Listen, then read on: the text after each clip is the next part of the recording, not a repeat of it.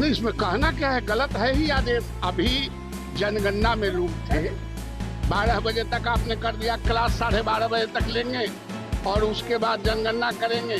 बिहार में लंबे अरसे के बाद बिहार लोक सेवा आयोग ने प्रधानाध्यापक प्राचार्य पद पर बहाली किया। नमस्कार, आप देख रहे हैं केबीसी न्यूज। देखिए, लंबे समय से वित्त रहित शिक्षकों की जो मांग है वो लगातार सरकार के सामने आ रही है और नई जो सरकार आई है सम्राट चौधरी की सरकार, उससे भी कई बार ये मांग उठाया गया। लेकिन आज जिस तरह से शिक्षा के क्षेत्र को लेकर के शिक्षकों के साथ परिचर्चा रखा गया है पटना में, उसमें एमएलसी नीरज कुमार और साथ ही नवल किशोर यादव यहाँ मौजूद रहे और ये दोनों क्या कुछ कह रहे हैं। सबसे पहली बात ये समझ लीजिए कि शिक्षा विभाग में अधिकारियों का मनोबल बढ़ गया है, ऐसा एमएलसी नवल किशोर यादव कह रहे हैं। और अधिकारियों का मनोबल क्यों बढ़ा है, इन तमाम पहलुओं पर सुनिए क्या कुछ कह रहे हैं एमएलसी नवल किशोर यादव और नीरज कुमार। बिहार में लंबे अरसे के बाद बिहार लोक सेवा आयोग ने प्रधानाध्यापक प्राचार्य पद पर बहाली किया, पदस्थापन किया और सेवा संवर्ग की बहुत सारी चुनौतियां हैं। तो इस संदर्भ में अपनी मांग और सबसे महत्वपूर्ण है कि शिक्षा की गुणवत्ता की भी चिंता इनको। यह महत्वपूर्ण है, शिक्षक अपने दायित्व के निर्वहन और अपनी उपलब्धियों को केंद्रित करके अपनी मांगे मांग रहे हैं, तो यह तो एक सकारात्मक संदेश है। तो यह आज रविंद्र भवन में पूरे बिहार के इस तपिश गर्मी में विभिन्न जिलों से, चाहे वह किशनगंज हो, मधेपुरा हो, चाहे खगड़िया हो अथवा चंपारण का वो इलाका हो, सब जगह से शिक्षक आए हैं। वित्त रहित को लेकर क्या कहेंगे सर? लंबे समय से वो लोग जो है मांग कर रहे हैं। देखिए, अरे जो जन्म दिया वही ना पालन पोषण करेगा कि दूसरा भी पालन पोषण करेगा। जब सदन के अंदर यह बात हो गई कि इसके लिए कमेटी बन गई, माननीय संजीव जी जो हम लोग के विधान पार्षद हैं, उनके नेतृत्व में शिक्षा समिति बनी है। इसलिए धैर्य रखिए, जब चरवाहा विद्यालय से नालंदा विश्वविद्यालय तक पहुंच सकते हैं, तब वित्त रहित को भी हम ही आकार रूप देंगे। राबड़ी आवास को लेकर के कई तरह की चर्चा है। राबड़ी देवी ने कहा कि हम खाली नहीं करेंगे, उनके अध्यक्ष कह रहे हैं कि प्रतिकार होगा, कोर्ट तक जाने की बात है कि कोर्ट जाएंगे। अच्छा, हमको रविंद्र भवन के पास घर बन जाए, चाहे हम जवाहरलाल नेहरू रोड में रहे, दोनों जगह नींदे ना आएगा। अरे कौटिल नगर में घर है, महुआ बाग में किला है, तो ये वो घर लगी बेचैन, बताइए ना। अरे लड़ते प्रधानमंत्री आवास कोई गरीब को मिल जाए इसके लिए लड़ते तो मुझे सुकून मिलता। अब बताइए 10 नंबर में क्या है, खजाना है कि तहखाना है रखा हुआ, कि जमीन का डीड है उसमें, कि कुछ जेवर जवाहरात है, क्या प्रेम का कारण है 10 नंबर से? मुझे यह समझ में नहीं आता। आज हम लोग का मकान बदल दिया जाएगा, तुरंत हट जाएंगे, पुनः मुझको बाबा चुनाव जीते हैं तो सरकारी आवास में रहेंगे, नहीं रहेगा तो चल देंगे।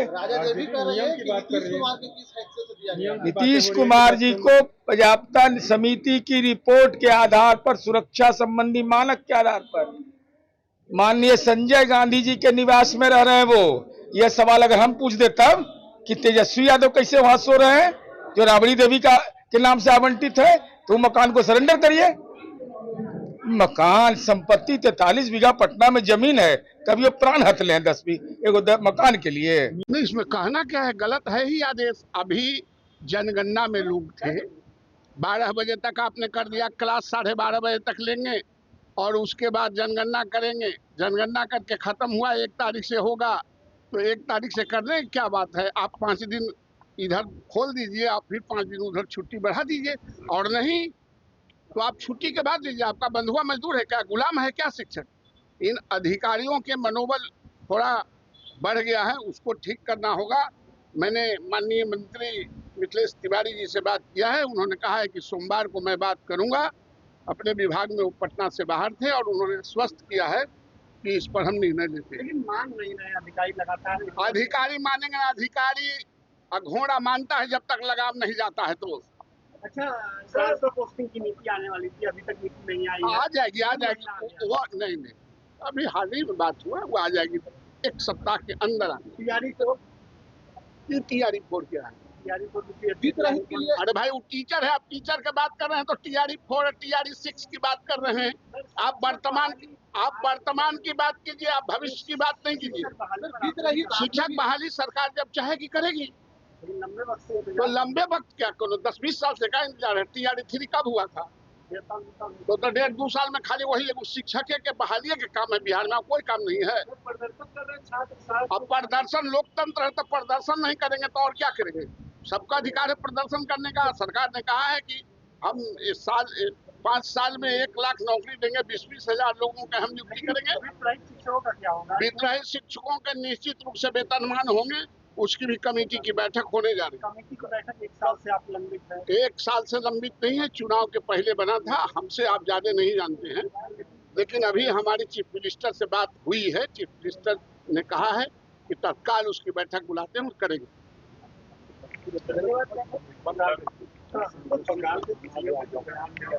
क्या बंगाल के सीएम ने जो बयान दिया तो आपने सुना, आज जिस तरह से उत्कृष्ट शिक्षा की बात हो रही है, उज्जवल भविष्य की बात हो रही है, शिक्षकों को जो पाठ्यक्रम पढ़ाने के लिए रखे गए हैं, जो पाठ्य पुस्तक में उनकी अपनी रुचि है और उनका अपना योगदान है, उसके इतर शिक्षक को जनगणना में लगाया जा रहा है।